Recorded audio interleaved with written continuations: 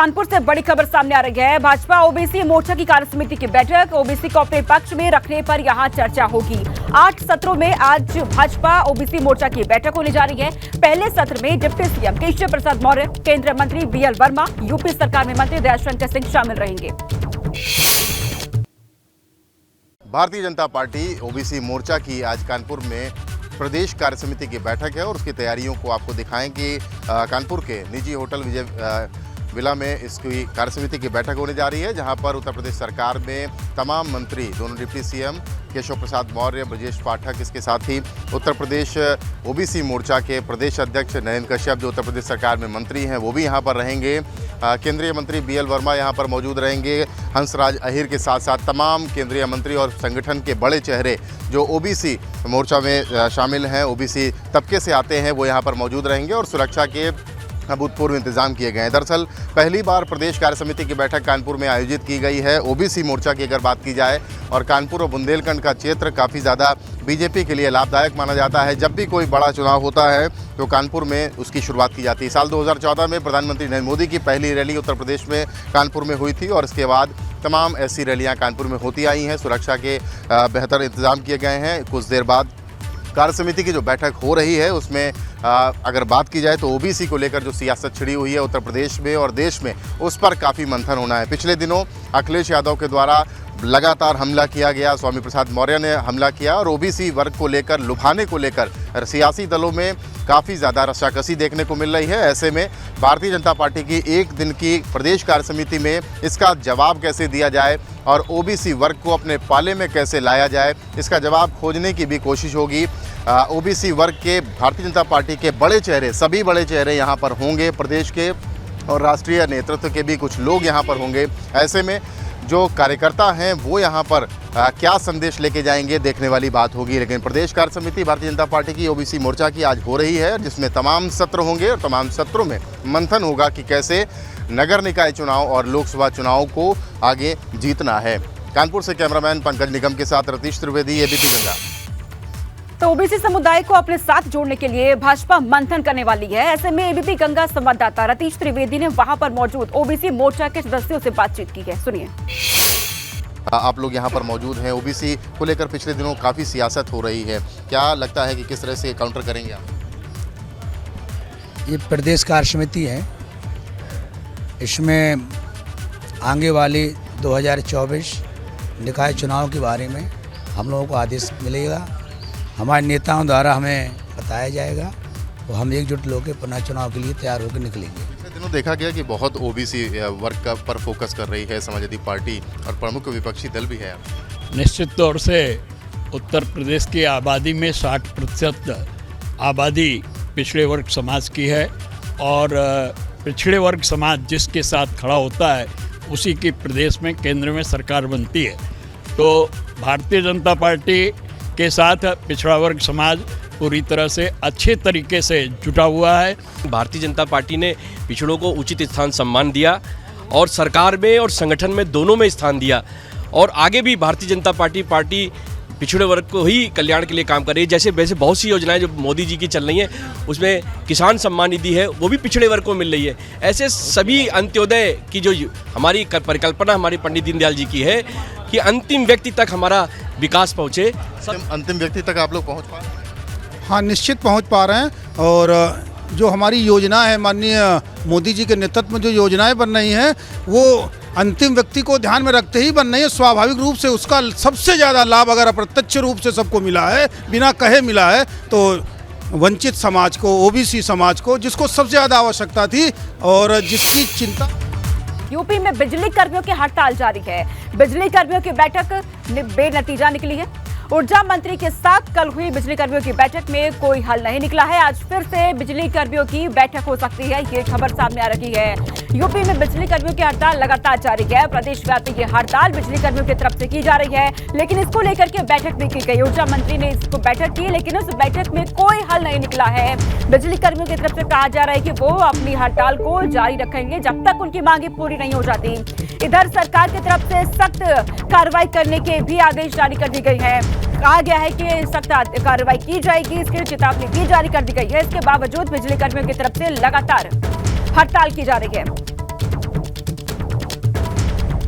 बैठक भी हुई है लेकिन बैठक बेनतीजा रही। ऐसे में बिजली कर्मियों की तरफ से हड़ताल की वजह से बिजली बाधित हो रही है, लोग परेशान हो रहे हैं। गांव में देखा जा रहा है सेवा प्रभावित हो रही है बिजली की, लोगों को बेहद परेशानियां भी हो रही है, खासकर छात्रों को परेशानी हो रही है। पढ़ाई में पानी की समस्या भी लोगों के सामने पैदा हो गई है। और इस खबर पर मेरे 4 सहयोगी मेरे साथ जुड़ गए हैं जो अलग अलग जगहों से जानकारी आपको देंगे। लेकिन आपको बता दें बिजली कर्मियों की हड़ताल जो कि लगातार जारी है। अब आपको जरा तस्वीरें दिखा देते हैं जो इस खबर से जुड़ी हुई है। बिजली कर्मियों की तरफ से लगातार हड़ताल जारी है और इसका असर किस तरीके से हो रहा है ये तस्वीर आप देखिए। गाजियाबाद की तस्वीर जहां पर अब लोग गुस्से में नजर आ रहे हैं, लोग सड़कों पर उतर आए हैं, बिजली दफ्तर पहुंचे, यहां पर जम करके हंगामा किया गया है इसके खिलाफ। वहीं उन्नाव से भी तस्वीर देखने को मिली है जहां पर लोग सड़कों पर उतरे हैं। यहां पर भी देखा गया लोगों ने टॉर्च जला करके प्रदर्शन किया और इसका विरोध किया है। इटावा की तस्वीर आपके सामने है, इटावा, वाराणसी, गोरखपुर, जालौन, अलग अलग जगह की ये तस्वीरें। इटावा में देखा गया स्वास्थ्य सेवाएं ठप हो गई हैं, बिजली बाधित होने के चलते लोगों के इलाज में समस्याएं आ रही हैं। कांग्रेस ने भी प्रदर्शन किया है, कांग्रेस की तरफ से भी बिजली कर्मियों के हड़ताल का विरोध यहाँ पे किया जा रहा है। वाराणसी की ये तस्वीर है। जालौन की तस्वीर आप देखिए, जालौन में यहाँ पर डीएम कार्यालय का यहाँ पहुंचे लोग और यहाँ पर घेराव किया गया, लोगों की तरफ से विरोध प्रदर्शन अपना यहाँ पे व्यक्त किया गया है। इसी के साथ एक और तस्वीर सामने आई है कि लोगों को अपने मोबाइल फोन के चार्ज के लिए जनरेटर का इस्तेमाल यहाँ पे करना पड़ रहा है। इसके लिए लोगों को अपने जेब से पैसे भी खर्च करने पड़ रहे हैं। 10 से लेकर के 20 रुपए के आसपास लोगों को पैसे खर्च करके अपने मोबाइल फोन लोग चार्ज यहाँ पे कर पा रहे हैं। तो ये वो तस्वीरें हैं जो बिजली हड़ताल के बाद जिस तरीके का असर दिख रहा है बिजली सेवा प्रभावित होने के बाद उनसे जुड़ी हुई ये तस्वीरें हैं। ये साफ तौर पर ये बयां कर रही है कि लोग किस कदर परेशान हो रहे हैं, लोगों की परेशानी बढ़ती जा रही है क्योंकि प्रदेश व्यापी हड़ताल बिजली कर्मियों की तरफ से किया जा रहा है। हालांकि सरकार ने अल्टीमेटम जारी कर दिया है, सख्त कार्रवाई की चेतावनी भी दी है। इसके बावजूद बिजली कर्मी लगातार हड़ताल कर रहे हैं और ये तस्वीरें उसी की हैं।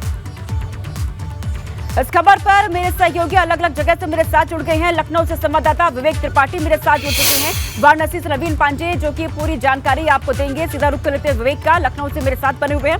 विवेक, इससे पहले ये बताइएगा किसको लेकर का अपडेट क्या है, आज की क्या तस्वीर है, क्योंकि लगातार देखा जा रहा है बिजली कर्मी हड़ताल कर रहे हैं और कब तक ये हड़ताल चलेगा, आखिरकार हल कब निकलेगा? देखिए, सबसे बड़ी अपडेट ये है कि पहले जो कल 1300 के आसपास लोग थे, 1332 संविदा कर्मी बर्खास्त किए गए थे, अब उनकी संख्या 3000 के ऊपर हो गई है। यानी लगातार बर्खास्तगी का सिलसिला जारी है। अब संख्या 3000 के ऊपर पहुंच चुकी है। हड़ताल अभी भी जारी है। कल रात को जब ऊर्जा मंत्री से बातचीत हो रही थी, 3 घंटे की बातचीत के बाद भी कोई नतीजा नहीं निकला। कल ही रात को करीब 8 बजे के आसपास 22 लोगों के खिलाफ, जो संयुक्त संघर्ष समिति है, 22 लोगों के खिलाफ एस्मा के तहत FIR दर्ज हुई थी और अब उसमें 7 लोगों के नाम और बढ़ गए। ये 7 लोग उन कंपनियों के हैं जो आउटसोर्सिंग कराती हैं, उनके कंपनियों के अधिकारियों के खिलाफ FIR हुई। यानी 22 से ये संख्या बढ़कर 29 हो चुकी है। 29 लोगों के खिलाफ एस्मा लग चुका है। 3000 से ज़्यादा संविदा कर्मी बर्खास्त हो चुके हैं और ये सिलसिला रात से ही जारी है। आज हड़ताल अगर जारी रहती है, कल रात को भी मुख्यमंत्री ने साफ कहा था, निर्देश दिया था ऊर्जा मंत्री को कि अगर हड़ताल जारी रहती है तो सख्त कार्रवाई की जाए, किसी भी सूरत में हड़ताल को स्थगित कराया जाए। आज तीसरा दिन है। देखिए, 2 दिन में हाहाकार मच चुका है, बुरी स्थिति हो चुकी है पूरे प्रदेश में। राजधानी में उसका असर नजर नहीं आ रहा भले, लेकिन और जगह पर काफ़ी खासा असर देखने को मिला है। यही वजह है कि मुख्यमंत्री जब बनारस गए थे वहाँ भी बिजली की लुका छिपी चलती रही। कई जगह लोगों ने शिकायत की कि घंटों बिजली नहीं आ रही है। उसके बाद मुख्यमंत्री ने लखनऊ आके सीधे बैठक की, ऊर्जा मंत्री को बुलाया, अधिकारियों को बुलाया। इसी का असर था कि रात में बैठक और वार्ता के लिए तैयार हुए, संयुक्त संघर्ष समिति के लोगों को बुलाया गया, बातचीत हुई, लेकिन 3 घंटे की बातचीत के बाद भी कोई नतीजा नहीं निकला। उल्टा इधर बातचीत चल रही थी, दूसरी तरफ FIR दर्ज कराने का सिलसिला चल रहा था, निलंबन का सिलसिला चल रहा था। कई JE, कई अवर अभियंता, कई जो सहायक अभियंता है, उनको सस्पेंड करने का लगातार सिलसिला चल रहा था। ऐसे में इस वार्ता का कोई औचित्य नहीं था और जब बाहर निकले हैं रात करीब 11 बजे संयुक्त संघर्ष समिति के लोग, तब उनके चेहरे उतरे हुए थे, गुस्सा था और उन्होंने कहा कि वार्ता अभी खत्म नहीं हुई है, कल एक बार फिर यानी आज संडे को एक बार फिर वार्ता हो सकती है और हड़ताल जारी रहेगी। अगर मुकदमे वापस नहीं लिए गए, निलंबन और बर्खास्तगी वापस नहीं ली गई, तो ये हड़ताल अनिश्चितकालीन हो जाएगी। यानी अब आज ये फैसला हो जाएगा कि हड़ताल आज खत्म होगी या जो सांकेतिक हड़ताल चल रही थी, या फिर ये अनिश्चितकालीन हड़ताल की तरफ आगे बढ़ेगी। और अगर आगे बढ़ेगी तो इसका खामियाजा उत्तर प्रदेश के तमाम नागरिकों को, जनता को भुगतना होगा। वो जो इस राजधानी के परिक्षेत्र से दूर हैं, राजधानी से दूर रहते हैं, कस्बों में रहते हैं, गाँवों में रहते हैं, खासकर उनके साथ सबसे बड़ी समस्या है, उनके लिए मुश्किलें और बढ़ जाएंगी। और इधर सरकार की भी मुश्किलें निश्चित तौर पर बढ़ेंगी, क्योंकि सरकार नहीं चाहती है, चुनावी माहौल है, निकाय चुनाव होने वाले हैं, जिनका सबसे ज़्यादा वोट बैंक, जो सबसे ज़्यादा वोट बैंक होता है वो ग्रामीण क्षेत्रों से होता है, कस्बों से होता है। वहाँ पर अगर इसका असर पड़ेगा हड़ताल का, तो सरकार को मिल रहा है। विवेक, वाराणसी का रुख करती हूँ, नवीन पांडे वहाँ पर मौजूद है, वहाँ पर क्या तस्वीर है ये जानते हैं। नवीन, वाराणसी में क्या तस्वीरें हैं, वहाँ पर कैसे हालात बने हुए बिजली कर्मियों के हड़ताल को लेकर? जी, वाराणसी की अगर बात की जाए कि वाराणसी में आम जनता त्राहिमाम करते हुए देखने को मिल रही है। और वाराणसी की तस्वीर हम आपको दिखाना चाहेंगे कि किस तरह से लोग सुबह सुबह परेशान होते हुए देखने को मिल रहे हैं। बाल्टी लेके लोग एक दूसरे कॉलोनियों में घूमते हुए देखने को मिल रहे हैं, क्योंकि सुबह सुबह पानी की समस्या है और पानी नहीं आने, बिजली नहीं होने की वजह से पानी लोगों को नहीं मिल पा रहा है। इस वजह से लोग परेशान हालात में देखने को मिल रहे हैं। कुछ लोग हैं, महिलाएँ हैं, उनसे हम बात करते हैं। आंटी जी, किस तरह से दिक्कतें का सामना करना पड़ रहा है? पानी नहीं मिल रहा है, एकदम परेशानी हो रहा है पानी का। किस तरह की परेशानी हो रही है? कब से बिजली नहीं है? 3 दिन से। 3 दिन से बिजली नहीं है, इनको इस वजह से परेशानी हो रही है। कुछ लोग और हैं, कितनी समस्या उठानी पड़ रही है? आम जनजीवन किस तरह से प्रभावित देखने को मिल रहा है? हम लोग तो एकदम बहुत बुरी तरह से प्रभावित हो गए हैं। पिछले 3 दिनों से लाइट नहीं है, जिसकी वजह से पानी की बहुत ज़्यादा दिक्कत हो रही है। मोबाइल वगैरह भी नहीं चार्ज हो पा रहा है। जनरेटर की व्यवस्था हम लोग किए हैं, लेकिन उसमें जो है इतना खर्च हो गया है 3 दिन में कि 4 महीने का हम लोग बिजली का बिल भर दिए होते। लोगों को साफ परेशानी देखने को मिल रही है, किस तरह की दिक्कतें उठानी पड़ रही है, और क्या आप चाहते हैं कि सरकार और बिजली विभाग के बीच जो बातें हो रही है वो जल्द से जल्द समाधान हो? सरकार और बिजली विभाग के कर्मचारियों से जो विवाद है उसमें जनता को पीछा जा रहा है, और हम आम जनता लोग उपभोक्ता हैं, और जो है कि सबसे ज़्यादा हम लोगों को घरों में दिक्कत हो रही है। और हम लोगों का उसमें क्या कसूर है? हम लोग तो पूरी तरीके से जो है कि उनका जो भी फॉलो आता है कि बिजली का रेट बढ़ रहा है या बिजली घट रहा है या क्या हो रहा है, हम लोग सभी चीज़ फॉलो कर रहे थे। इसमें हम लोगों को न पीछा जाए। सरकार से यही अपील है कि आपस का झगड़ा इन लोगों का आपस में समझे। सरकार और लोग और बिजली विभाग के लोगों के बीच जो वार्ता हो रही है वो जल्द से जल्द उसका समाधान हो, ये उपभोक्ता कहते हुए देखिएगा नवीन, क्योंकि कल तस्वीर सामने आई थी काल भैरव मंदिर की, जहां पर देखा जा रहा था तमाम श्रद्धालु अंधेरे में ही पूजा कर रहे थे, पूजा अर्चना। लेकिन इस बीच सीएम योगी खुद वहां पर पहुंचे पूजा अर्चना उन्होंने की, लेकिन उस वक्त भी वहां की बिजली गुल थी, वहां की बत्ती गुल थी। क्या उसके बाद तमाम अधिकारी भी क्योंकि उनके साथ थे, कोई भी संज्ञान उन्होंने इस मामले का लिया गया, कोई एक्शन लिया गया उसके बाद?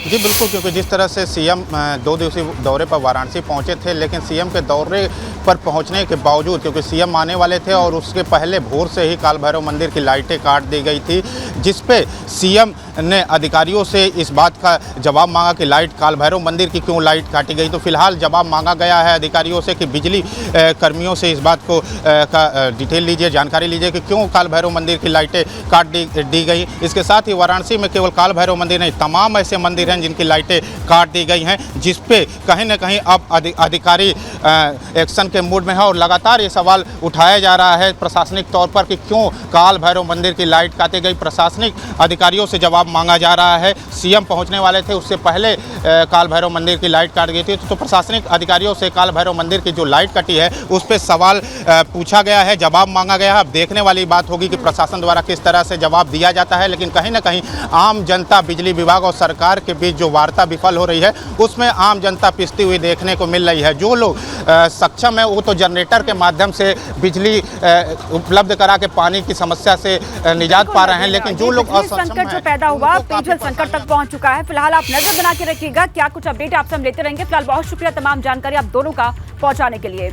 इस बीच एक बड़ी खबर सामने आ रही है कौशाम्बी से। हड़ताल में शामिल 20 कर्मचारी बर्खास्त कर दिए गए हैं। 4 जेई समेत 45 कर्मचारियों पर भी एफआईआर होगी, ये बड़ी खबर है। पूर्वांचल विद्युत वितरण निगम लिमिटेड के प्रबंध निदेशक शंभू कुमार ने निर्देश यहां जारी कर दिए हैं। अवर अभियंता, एसडीओ, अधिशासी अभियंता को भी निलंबित किया गया है। मंचनपुर मुख्यालय के विद्युत केंद्र में धरना धरना प्रदर्शन चल रहा था। तो बिजली कर्मी जो कि लगातार हड़ताल पर बैठे हैं, इस बीच कार्रवाई भी लगातार हो रही है। 4 जेई समेत 45 कर्मचारियों पर अभी FIR भी होगी, ये भी खबर है। हड़ताल में शामिल 20 कर्मचारी बर्खास्त कर दिए गए हैं, लेकिन बावजूद बिजली कर्मी अड़े हुए हैं। उनकी तरफ से हड़ताल लगातार की जा रही है। इस पूरे मामले में निर्देश भी जारी कर दिए गए हैं तमाम कार्रवाई को लेकर।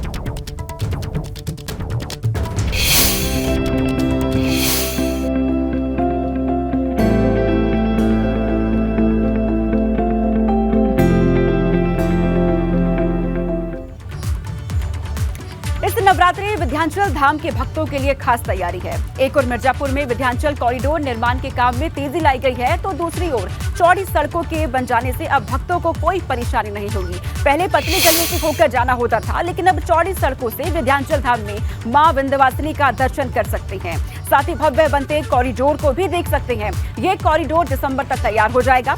अब यहाँ लंबी लाइनों से भी मुक्ति मिलेगी।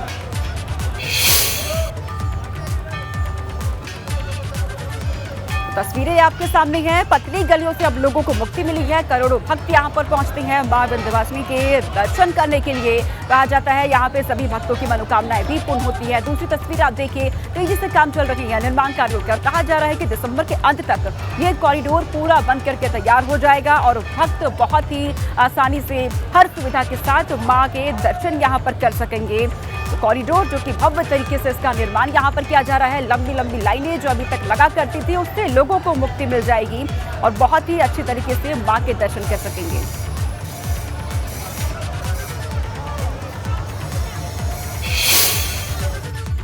तो पतली गलियों से मुक्ति के बाद श्रद्धालु बेहद खुश हैं। उन्हें कॉरिडोर को पूरी तरह से तैयार होने का इंतजार है। श्रद्धालुओं का कहना है कि उन्होंने कभी नहीं सोचा था कि विंध्याचल धाम इतना भव्य बन जाएगा। व्यापारियों के लिए भी ये बड़ी सौगात है।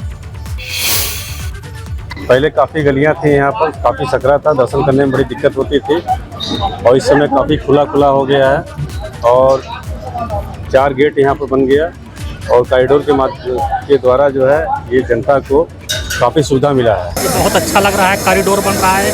माँ विंध्यवासिनी जी की कृपा के कहते हैं, विगत कई वर्षों से हम लोग देख रहे हैं। यहाँ का जो नज़ारा है बहुत दिव्य और बहुत रंगम होगा। बहुत अच्छा, बहुत सुंदर लगा। बहुत ही प्राकृतिक बदलाव किए कहते हैं। काशी से लेके विंध्याचल से लेके मथुरा तक हर जगह बदलाव ही बदलाव। इससे आने वाले दर्शनार्थियों को भी पूरी व्यवस्था दी जाएगी और यहाँ के दुकानदार और गेस्ट हाउस और पुरोहित सभी लोगों का लाभ होगा। कॉरिडोर बनने से बहुत ज़्यादा यहाँ पर भीड़ आज के डेट में ही बढ़ गया है। आगे आने वाले समय में और भी भीड़ बढ़ेगी। विंध्याचल धाम कॉरिडोर के निर्माण में अब तक क्या हुआ है, इसे समझते हैं। पतली सड़कों को चौड़ा कर दिया गया है। गंगा घाट तक नई और चौड़ी सड़कें यहाँ पर बना दी गई हैं।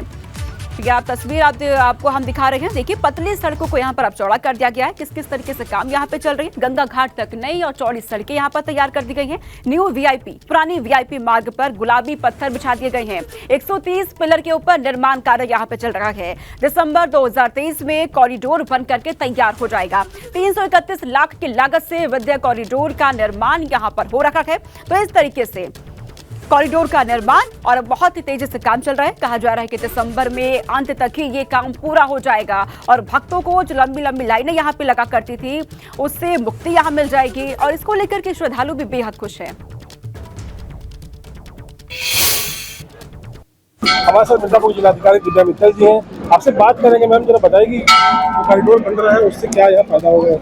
देखिए, जब कॉरिडोर बन जाएगा तो लोगों के रुकने के लिए एक तो जगह बन जाएगी। सारे रास्ते हमने बहुत चौड़े कर दिए, जिससे लोगों के आवागमन में सुविधा हो जाएगी। साथ ही में अब हमारे सेकंड स्टेज में जो घाट है उनको भी पक्का करके एक लंबा एरिया स्नान के लिए आ जाएगा, जिससे जो लोग हमारे दर्शन करने के लिए आएंगे बहुत सुविधापूर्वक रूप से दर्शन करके जा सकेंगे। और पर्यटन की स्थिति क्या लगता है कि अभी कितना ये चौड़ा हो? पर्यटन की स्थिति बहुत ज़्यादा या औद्योगिक जो विकास होगा यहाँ पे, तो क्या संभावना लगती है? देखिए, पर्यटन के तौर पे तो निश्चित तौर पे एक बहुत प्रमुख पर्यटक स्थल या श्रद्धा के स्थल के रूप में मिर्जापुर बढ़ेगा, क्योंकि प्रयाग और बनारस के बीच में होने के नाते एक ज्योग्राफिक लोकेशन का एडवांटेज ऑलरेडी हमारे पास था, मगर सुविधाओं की यहाँ कमी थी। परंतु अब सरकार के द्वारा जब ये कार्य किया जा रहा है कि बहुत सारे हमारे डॉर्मेटरीज बनेंगे, पार्किंग स्थल बनेंगे, ये कॉरिडोर बन जाएगा, तो जो सुविधाओं का अभाव अभी तक था वो पूरा हो जाएगा और बहुत जगह जगह से लोग जो है यहाँ पे, मुझे पूरी उम्मीद है कि यहाँ पे आएंगे और माता के दर्शन करेंगे। कब तक पूरा होने की संभावना है मैम इसकी? देखिए, कॉरिडोर के पूरे होने की तिथि हमारी दिसंबर 2023 है, परंतु जैसे कि सरकार की अपेक्षा है कि हमारा प्रयास रहेगा कि उससे पहले ही हम इसको पूर्ण कर देंगे। अभी क्या संभावना है कि कौन इसको उद्घाटन करने आएगा? क्या मोदी जी आएंगे, कुछ ऐसा? जी देखिए, इसका हमें अभी कोई अंदाजा नहीं है। Thank you. तो इस तरह से जैसे मैम ने बताया कि यहाँ पे कॉरिडोर 2023 में पूर्ण होने की संभावना है और पर्यटन और उद्योगों के नज़रिए से भी काफ़ी यहाँ पे रिच होगा और निश्चित रूप से ये कॉरिडोर का निर्माण होगा तो जो भक्त आएंगे उनको बहुत ही सुविधा मिलेगी और किसी भी तरह की उनको दिक्कत नहीं होने वाली है, बहुत सहूलियत मिलेगी। कितना भी भीड़ होगा माँ के दरबार में, जो कि लगातार बढ़ रहा है अब कॉरिडोर बनने के बाद से, उसको संभाला जाएगा। मिर्जापुर से अनुज श्रीवास्तव भी गंगा के लिए।